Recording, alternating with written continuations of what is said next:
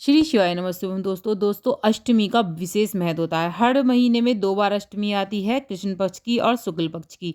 अष्टमी तिथि माँ दुर्गा को समर्पित होती है, यानी कि माँ पार्वती जो रूप हैं माँ दुर्गा का उन्हें समर्पित है। लेकिन यदि अष्टमी तिथि सोमवार के दिन पड़ती है तो दुर्लभ और चमत्कारी संयोग बनता है। महाशिव पुराण के अनुसार सोमवार की अष्टमी भगवान शिव और माता पार्वती के मिलन का दिन होता है और इस दिन भगवान शिव जल्दी ही प्रसन्न होते हैं और मनोकामना शीघ्र ही पूरी करते हैं।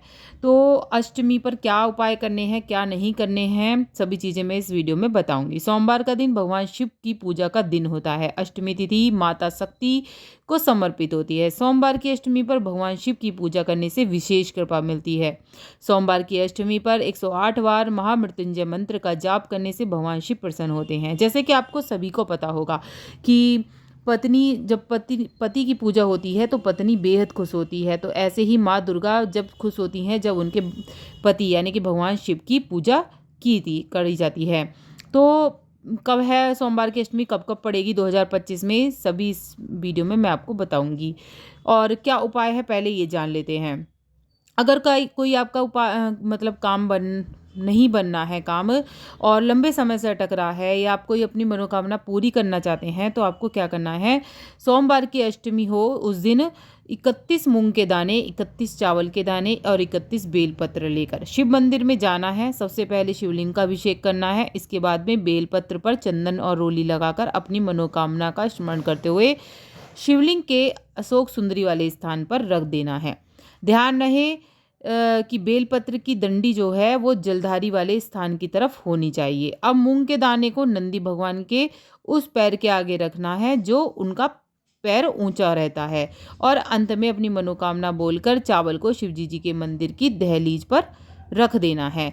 ऐसे रखो कि किसी का पैर उस पर नहीं पड़े। आगे आपको क्या करना है कि ऐसा करने से आपके सभी कार्य बन जाते हैं। तो बहुत ही अचूक उपाय है, ज़रूर करके देखिएगा सोमवार की अष्टमी के दिन। और ये बस सोमवार की अष्टमी के दिन ही किया जाता है, इसी दिन ये मान्य होता है।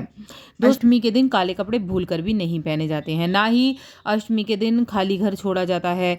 अगर हो सके तो शिवलिंग पर अष्टमी के दिन गाय का कच्चा दूध अर्पित करना चाहिए, इससे भगवान शिव जल्दी प्रसन्न होते हैं। अगर लक्ष्मी जी की विशेष कृपा पाना चाहते हैं तो अष्टमी के दिन आप गन्ने के रस से अभिषेक कर सकते हैं शिवलिंग का, इससे धन धान्य में वृद्धि होती है। और शिवलिंग की पूजा करने के लिए काले तिलों का हवन भी करना चाहिए।